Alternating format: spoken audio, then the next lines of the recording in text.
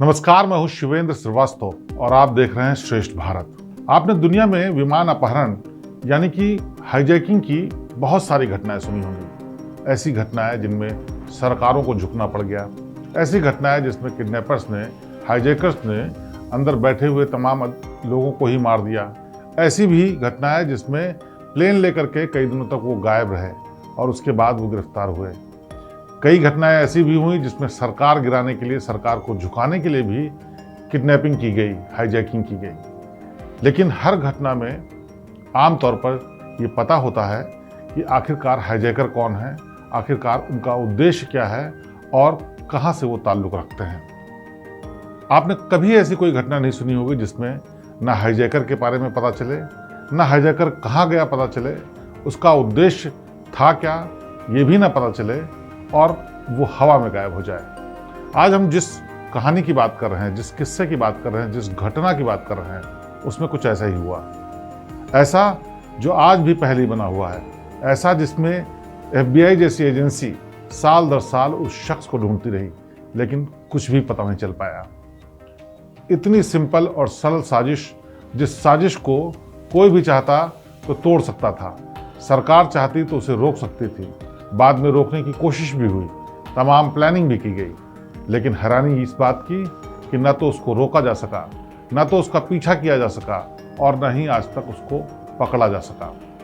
और तो और वो कौन था, कहाँ था और कहाँ चला गया ये भी नहीं पता।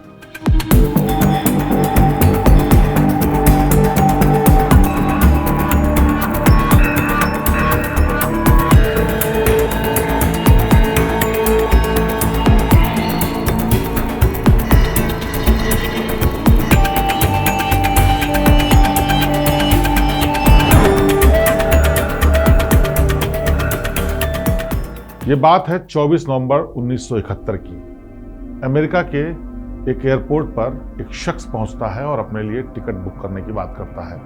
टिकट हवाई जहाज का था और उन दिनों ओवर द काउंटर आसानी से टिकट बुक हो जाते थे क्योंकि फ्लाइट्स कम चलती थी, भीड़ कम होती थी और तमाम लोग जो भी हवाई जहाज से यात्रा करना चाहते थे या तो नोडल सेंटर से, किसी एजेंट से या ओवर द काउंटर यानी एयरलाइन के दफ्तर के काउंटर पर पहुँच करके अपने लिए टिकट बुक कराते थे। बेहद साधारण सा चश्मा लगाए हुए शख्स कोट पहने हुए था और हाथ में एक ब्रीफकेस था। उसने काउंटर में खड़ी हुई लड़की को एक टिकट बुक करने के लिए बोला और अपना नाम बताया, DB कूपर। यही तरीका होता है जिस तरीके से लोग अपने टिकट बुक कराते हैं, लेकिन इस शख्स के साथ एक चीज़ अलग थी, उसके हाथ में केवल एक ब्रीफकेस था, जबकि वे वॉशिंगटन से पोर्टलैंड जा रहा था। और इस पर लड़की ने पूछा कि आपका लगेज कहाँ है। तो उसने बोला कि मैं बस एक यात्रा पे आया था और वापस जा रहा हूँ अपने घर, इसलिए मैं लगेज ज़्यादा लेकर के नहीं आया और मेरे जो कपड़े थे बस इतने ही हैं, इसीलिए मेरे हाथ में जो ब्रीफकेस है यही मेरे कागजात और चीज़ें हैं, लिहाजा कोई लगेज नहीं है। और इसके बाद लड़की ने उसको बोर्डिंग कार्ड इशू कर दिया। फ्लाइट अपने तय समय से वाशिंगटन के एयरपोर्ट से उड़ान भरती है और ये शख्स भी उसमें सवार था। उस वक्त उस हवाई जहाज़ में 36 और पैसेंजर थे, 5 क्रू मेंबर थे, लेकिन जहाज कोई बहुत बड़ा नहीं था। आमतौर पर उस वक्त बहुत बड़े जहाज नहीं आते थे क्योंकि एविएशन का सेक्टर इतना डेवलप नहीं था, लेकिन अमेरिका जैसे देश में लगातार फ्लाइट्स उड़ती थी और उसके लिए सुरक्षा की व्यवस्था भी होती थी। एयरपोर्ट पर आज जैसा तामझाम भी नहीं होता क्योंकि तमाम ऐसी घटनाएं नहीं होती थी जो अब होने लगी हैं। सिक्योरिटी चेक के नाम पर भी बहुत कुछ ऐसा नहीं होता था जिससे कि हर कुछ पता चल सके। ये शख्स सिक्योरिटी की तमाम लेयर्स को पार करते हुए हवाई जहाज में पहुंचा था और जाकर अपनी कुर्सी पर आराम से बैठ गया। थोड़ी देर बाद ये हवाई जहाज हवा में था और एयर होस्टेस और प्लेन का स्टाफ लोगों से कह रहा था कि अब वो चाहें तो अपनी बेल्ट्स खोल सकते हैं क्योंकि हवाई जहाज अब उड़ चुका है। अभी चंद मिनट ही बीते थे हवाई जहाज की बेल्ट खोलने के निर्देश दिए हुए, तब तक ये शख्स खड़ा होता है और एक एयर होस्टेस को अपने पास बुलाता है। एयर होस्टेस उसके पास जाती है तो वो उसके हाथ में एक पर्ची पकड़ाता है। लड़की ने उस पर्ची को अपनी जेब में रख लिया, ये सोचते हुए कि शायद इसने कोई ऐसी चीज़ लिखी है जो मैं अंदर जाके पढ़ूंगी, क्योंकि आमतौर पर एयर होस्टेसेस को देख करके लोग अट्रैक्ट होते थे और उनको अपनी अप्रिसिएशन की या तमाम और दूसरी पर्चियाँ लिख करके देते थे। यही सोचकर उस एयर होस्टेस ने उस पर्ची को अपनी जेब में रख लिया। इस पर इस शख्स डीबी कूपर ने उसको वापस बुलाया और कहा कि इस पर्ची को पढ़ो। ये बात उसने इशारे से कही। खास बात यह थी कि वो कुछ बोल नहीं रहा था। उसने इशारे से कहा कि इस पर्ची को निकालो और इस पर्ची को निकालने के बाद इसको पढ़ करके बताओ। हैरानी में लड़की ने अपनी जेब से उस पर्ची को निकाला और अपने सामने रखते हुए जब उसको पढ़ा तो उसके पैरों तले जमीन खिसक गई। पर्ची को जेब से निकालने के बाद एयर होस्टेस ने जो पढ़ा, उसको पढ़ने के बाद उसके चेहरे पर परेशानी की लकीरें आ गईं। वो हैरान रह गई क्योंकि पर्ची में लिखा था कि मैं इस हवाई जहाज का अपहरण कर रहा हूँ और मेरे हाथ में जो ब्रीफकेस है उस ब्रीफकेस में डायनामाइट है। अगर किसी भी तरीके की कोई दिक्कत की गई तो मैं इस पूरे हवाई जहाज को डायनामाइट से उड़ा दूंगा। ये पढ़ने के बाद जिन जिन लोगों ने इस बात को सुना वो भी बहुत डर गए। 36 पैसेंजर थे, 5 क्रू मेंबर थे और उन सबको जब लगा कि हवाई जहाज को हाईजैक कर लिया गया है, उनकी हालत ख़राब हो गई। कुछ एक उसमें से रोने लगे, कुछ एक घबरा करके अपनी सीटों से खड़े हो गए। इस पर बेहद ज़ोरदार और डरावनी आवाज़ में डीपी कूपर ने अनाउंस किया कि अगर किसी ने भी अपनी सीट छोड़ी तो उससे पहले ही उसको मार दिया जाएगा, क्योंकि मेरे बैग में एक गन भी रखी हुई है। हालांकि इस पर लोगों को शक हुआ कि डायनामाइट के साथ गन कैसे रखी हो सकती है। इस पर उसने लोगों को दिखाने के लिए ब्रीफकेस खोल के भी दिखाया। बाद में पता चला कि जब ब्रीफकेस उसने खोला तो उसके भीतर कोई डिवाइस रखी थी जिसको वो डायनामाइट कह रहा था, और लोग आमतौर पर नहीं जानते कि डायनामाइट किस तरह से दिखता है या उससे बना हुआ बम किस तरह दिखता है। इसीलिए लोग डर के मारे चुपचाप बैठ गए। अब पूरे हवाई जहाज में सन्नाटा था। करीब 15-20 मिनट गुजर चुके थे और पूरा स्टाफ और यात्री सोच रहे थे कि अब इस हाईजैकर का अगला कदम आखिर क्या होगा। 10 मिनट के बाद एक बार फिर से डीबी कूपर अपनी कुर्सी से उठा और उसने फिर एक पर्ची निकाली और उसी एयर होस्टेस को बुला करके उसके हाथ में थमा दी। इस बार उसको बताने की ज़रूरत नहीं पड़ी कि उस पर्ची को पढ़ना है। उस एयर होस्टेस ने उस पर्ची को पढ़ा और उस पर्ची में लिखा था कि मैं अमेरिका की सरकार से मांग कर रहा हूं कि वो हमें पैसे और 2 पैराशूट दें।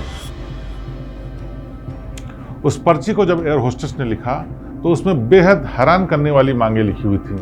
उस पर्ची में लिखा था कि उसे $2 लाख कैश, जो कि 100 के नोटों के बंडल में हो, और साथ ही साथ 2 पैराशूट दिए जाएं जिससे कि उसका इस्तेमाल वो कर सके। अब इस मांग को पहुंचाने का एक ही तरीका था और वो था एयरक्राफ्ट के कम्युनिकेशन सिस्टम को इस्तेमाल करके।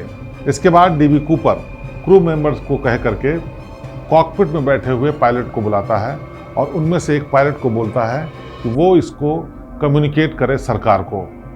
डर के मारे उसने फ़ौरन ही वायरलेस सिस्टम से कम्युनिकेट किया कि इस प्लेन को हाईजैक कर लिया गया है और हाईजैकर जो मांग कर रहा है वो है $2 लाख 100 नोट के नोटों के बंडल में और साथ ही साथ 2 पैराशूट। यह अजीबोगरीब मांग थी, लिहाजा उधर से सवाल जवाब भी शुरू हो गए। लेकिन थोड़ी देर बाद ही जब डीबी कूपर ने खुद फ़ोन पर बात की, वायरलेस पर बात की, तो वो दूसरी तरफ मौजूद अधिकारी समझ गए, एयर ट्रैफिक कंट्रोल के अधिकारी समझ गए कि वाकई हवाई जहाज़ का अपहरण हो गया है, हाईजैक हो गया है। उसने ये भी डर दिखाया कि हवाई जहाज़ में ईंधन कम है, इसलिए उसकी मांगों को जल्द से जल्द पूरा किया जाए, वरना डायनामाइट ब्लास्ट होने के बाद हवाई जहाज़ पूरी तरह से खत्म हो जाएगा और इसमें बैठे हुए तमाम यात्री भी मर जाएंगे। मामला गंभीर था। आनन फानन में सरकार से संपर्क किया गया। सरकार को पता लगते ही उन्होंने FBI से संपर्क किया कि इस तरह की एक घटना हुई है और फ़ौरन ही अपनी स्वाट टीम जो इमरजेंसी में काम करती है उसको मौके पर भेजा जाए। इस बीच 2 बार कम्युनिकेशन सिस्टम से ये कम्युनिकेट किया गया कि जल्द से जल्द इन पैसों और पैराशूट का इंतजाम किया जाए। मांग बहुत बड़ी नहीं थी, लिहाजा सरकार ने तय किया कि 36 लोगों की जान बचाने की एवज में अगर ये देना भी पड़ जाता है तो दे देते हैं। लेकिन बाद में शायद इस किडनैपर, इस हाईजैकर को पकड़ना आसान होगा, क्योंकि वो हवा में है, हवाई जहाज़ में है, किसी भी देश में, किसी भी एयरपोर्ट पे उसको उतरना ही होगा और ऐसे में उनकी टीम उसको पकड़ लेगी। इस बीच जो स्वाट की टीम थी, FBI की टीम थी, उसको ताकीद की गई कि वो पूरी तैयारियों के साथ एकदम लैस रहें, ताकि जैसे ही आगे उनको बढ़ने के लिए कहा जाए तो फ़ौरन ही जा सकें। साथ ही साथ 2 हवाई जहाज़ का भी इंतज़ाम करने के लिए कहा गया, जो कि छोटे हवाई जहाज़ थे और उनका काम ये था कि जब ये हवाई जहाज़ किसी भी और दिशा में जाएगा एयर स्पेस में जाएगा वहाँ उसका पीछा किया सके। लेकिन डीबी कूपर का इरादा कुछ और था। डीबी कूपर ने तीसरी बार वायरलेस के जरिए एटीसी के लोगों को संपर्क किया और कहा कि जो पैसे हैं और तमाम सामान है तो तय हो जाए, जब तैयार हो जाए तो उसको बताया जाए ताकि वो सिएटल में हवाई जहाज़ को उतार सके और वहीं पर वो पैसे और तमाम सामान लेकर के आगे के लिए बढ़ जाएगा। लेकिन आगे कहाँ जाएगा ये उसने नहीं बताया। हाँ, इतना ज़रूर उसने कहा कि सिएटल में पैसे और सामान मिलने के बाद सभी यात्रियों को सुरक्षित वहाँ पर उतार दिया जाएगा। अब एफबीआई के पास जानकारी थी कि ये जहाज़ सिएटल में उतरने वाला है, इसलिए सारी तैयारी भी उसी हिसाब से की गई। जिस रनवे पर इस जहाज़ को उतरने का प्लान था उसी रनवे के आसपास 2 जहाज़ों को तैयार किया गया। एफबीआई की टीम तैयार हुई ताकि जैसे ही ये जहाज़ उड़ेगा उसके पीछे पीछे एक टीम भी उड़ सके। और इस सब इंतज़ाम करने के बाद इंतज़ार होने लगा कि डीबी कूपर जो कि हाईजैकर है उस जहाज़ को लेकर के कब सिएटल के एयरपोर्ट पर उतरेगा। करीब 1 घंटे के बाद वो जहाज़ सिएटल के एयरपोर्ट पर लैंड करता है और आनन फानन में आसपास की तमाम गाड़ियां उसको घेर लेती हैं, इस इरादे से कि अगर कुछ गड़बड़ी होगी तो एक्शन लिया जाएगा। लेकिन अंदर से उसने अनाउंसमेंट सिस्टम पर बताया कि किसी तरीके से घबराने की ज़रूरत नहीं है, क्योंकि किसी यात्री को कोई नुकसान नहीं पहुंचाया जाएगा, बशर्ते कि एक शख्स पहले जा करके वो सामान लेकर के आया जिसकी उसने मांग की है। इस पर एटीसी और सरकार की तरफ से कहा गया कि एक शख्स जो कि हमारी तरफ से जा रहा है वो सारी चीज़ें लेकर के आएगा। लेकिन डीबी कूपर ने इसके लिए भी मना कर दिया क्योंकि उसको इस बात का शक था कि कहीं ऐसा ना हो कि कोई हथियारबंद सामान लेकर के आया और उसके ऊपर हमला कर दे। लिहाजा उसने तय किया कि इन्हीं यात्रियों में से कोई एक शख्स बाहर सामान लेने के लिए जाएगा। उसने इसके लिए एक शख्स को चूज़ किया क्योंकि वो अपने बेटे के साथ सफ़र कर रहा था। बेटे को हवाई जहाज़ में ही बिठाया रखा और उसके पिता को बाहर भेजा और ये भी बताया कि इसके बेटे को हमने यहाँ बिठा रखा है, अगर कोई गड़बड़ी हुई तो उसके बेटे की भी जान जाएगी। लिहाजा उस शख्स ने हामी भर दी। थोड़ी देर बाद ये शख्स बाहर निकला। एटीसी और एफबीआई के लोगों से उसने ब्रीफकेस लिया। 2 बैग में पैराशूट्स थे और उसके अलावा एक बैग में पैसे थे। तीनों बैग लेकर के वो वापस हवाई जहाज़ के भीतर दाखिल हो गया। इस बीच एफबीआई की तरफ से बात कर रहे अधिकारी ने उससे पूछा, डीबी कूपर से पूछा कि आखिरकार उसको 2 पैराशूट क्यों चाहिए। वो तो अकेले हाईजैकिंग कर रहा है और जहाज़ के भीतर उसका साथी भी कोई मौजूद नहीं है, ऐसे में उसको 2 पैराशूट की ज़रूरत क्या है। इस पर डीबी कूपर ने जवाब दिया कि मैं समझता हूं कि 2 पैराशूट होने से फ़ायदा ये रहेगा कि अगर एक गड़बड़ हुआ तो दूसरा काम आ जाएगा। मुझे एफबीआई पर पूरा भरोसा नहीं है, इसलिए मैंने 2 मंगाए हैं ताकि एक के बाद दूसरे का भी इस्तेमाल कर सकूं। हालांकि ये साफ तौर पर पता नहीं था कि क्या वो दोनों ही पैराशूट सही थे या नहीं थे, लेकिन एफबीआई ने अपनी तरफ से तमाम दूसरी तैयारियां ज़रूर कर रखी थी। सबसे बड़ी तैयारी थी कि हवाई जहाज़ का पीछा किया जाएगा। उससे पहले अगर मौका मिला तो उसको डीबी कूपर को सिएटल के एयरपोर्ट पर ही पकड़ने की कोशिश की जाएगी। इसके बाद अगर वो निकल भागने में कामयाब रहता है तो उसका तब तक पीछा किया जाएगा जहां पर वो लैंड करेगा, और अगर लैंड करते वक्त भी खतरा रहा तो उसको आगे जाने से रोकने के लिए जो भी तरीका इस्तेमाल करना होगा वो किया जाएगा। इन सब प्लानिंग के साथ तमाम टुकड़ियाँ, तमाम टीम, एफबीआई के लोग वहाँ पर मुस्तैद थे। हवाई जहाज़ तैयार हो चुके थे। सिएटल पर डीबी कूपर हाईजैक किए हुए प्लेन को उतर चुका था, उसके पास सामान पहुंच चुका था। एक एक करके हवाई जहाज़ से बंधक बने 36 यात्री बाहर आ रहे थे। अचानक डीबी कूपर ने जैसे ही हवाई जहाज़ के भीतर से आखिरी यात्री उतरा, उसने गेट खुद बंद कर लिया और गेट बंद करने के बाद आखिरी मैसेज दिया कि मैं इस हवाई जहाज़ को लेकर के आगे जा रहा हूँ। क्रू और पायलट्स हमारे साथ जाएंगे और मैं जहाँ उतरूँगा उसके बाद इन सब को छोड़ दिया जाएगा। अब एफबीआई समझ चुकी थी कि इसका इरादा यहाँ से आगे जाना है, किसी सुरक्षित जगह पर जाना है जहाँ वो आराम से भाग सके। लेकिन तैयारी पूरी थी, इसलिए टीम को इशारा किया गया कि जैसे ये हवाई जहाज़ हवा में होगा उसके पीछे वो 2 छोटे हवाई जहाज़ भी इसका पीछा करेंगे।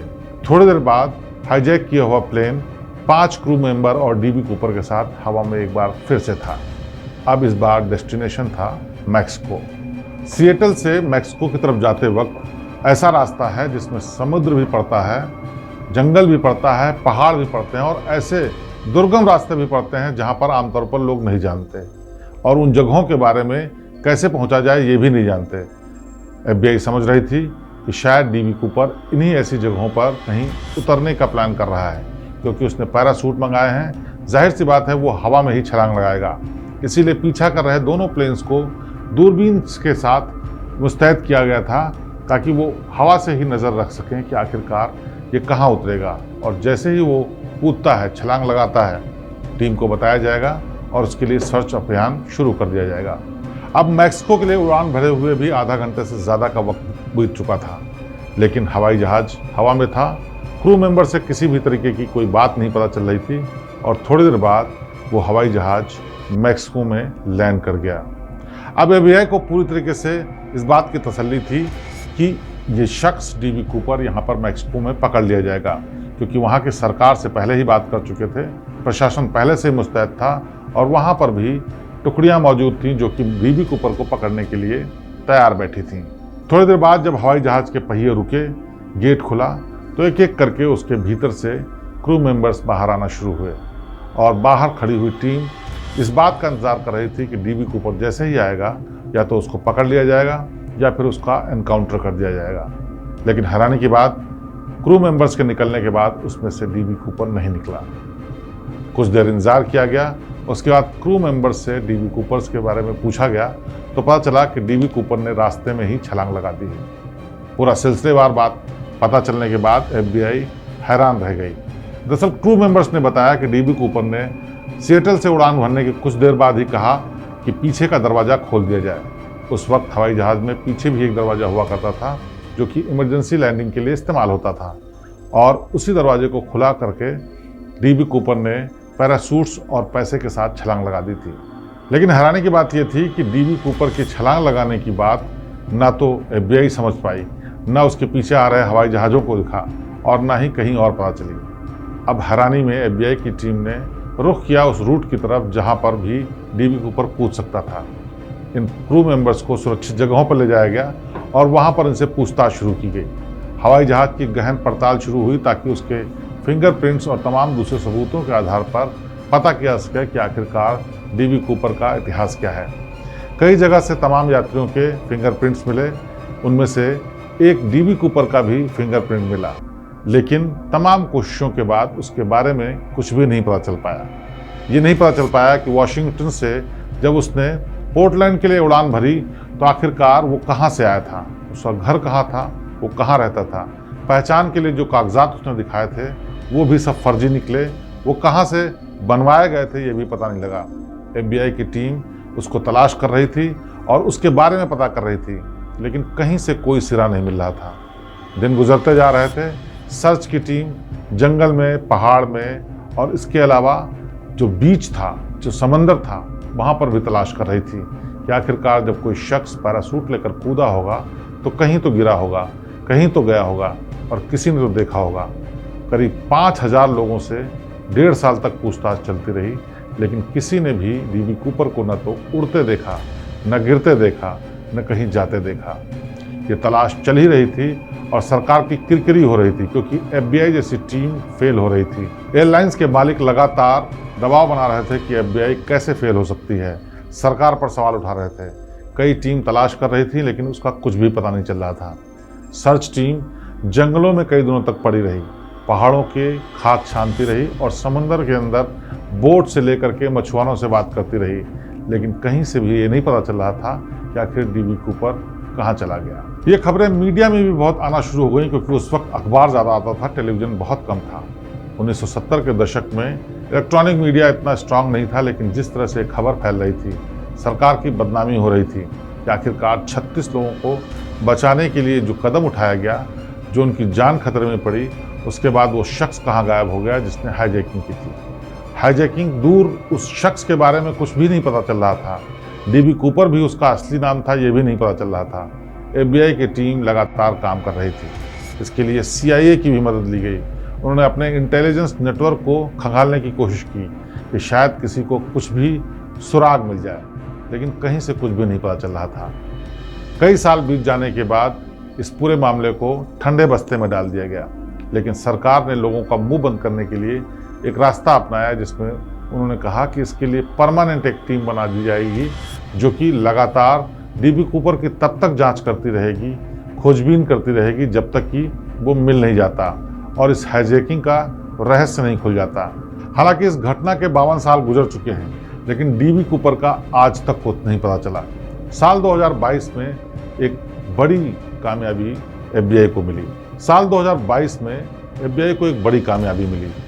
जानकारी मिली कि एक बीच के पास गड्ढे में जले हुए डॉलर्स के नोट पड़े हुए हैं, एक टाई का पिन पड़ा हुआ है, एक ग्लव्स है और एक ब्रीफकेस के टूटे हुए टुकड़े भी हैं। आन फान में एफबीआई की टीम वहां पर पहुंची। उसने तलाशा तो 100 के जले हुए कुछ नोट मिले, लेकिन हैरानी की बात यह थी कि उन नोटों के किनारे पूरी तरह से जले हुए थे। यानी उन नोटों की नंबर यानी सीरियल नंबर, उनकी जो सीक्वेंस था वो कहीं से नहीं पता चल सकता था। तमाम दूसरे ऐसे सबूत मिले जिससे सरकार और एफबीआई ने ये जोड़ने की कोशिश की कि शायद उस हाईजैकिंग के बाद जब पैराशूट से उसने कूदने की कोशिश की तो हवा में उसके साथ हादसा हो गया और वो सुरक्षित तरीके से लैंड नहीं कर पाया, लिहाजा वो रास्ते में ही मौत हो गई।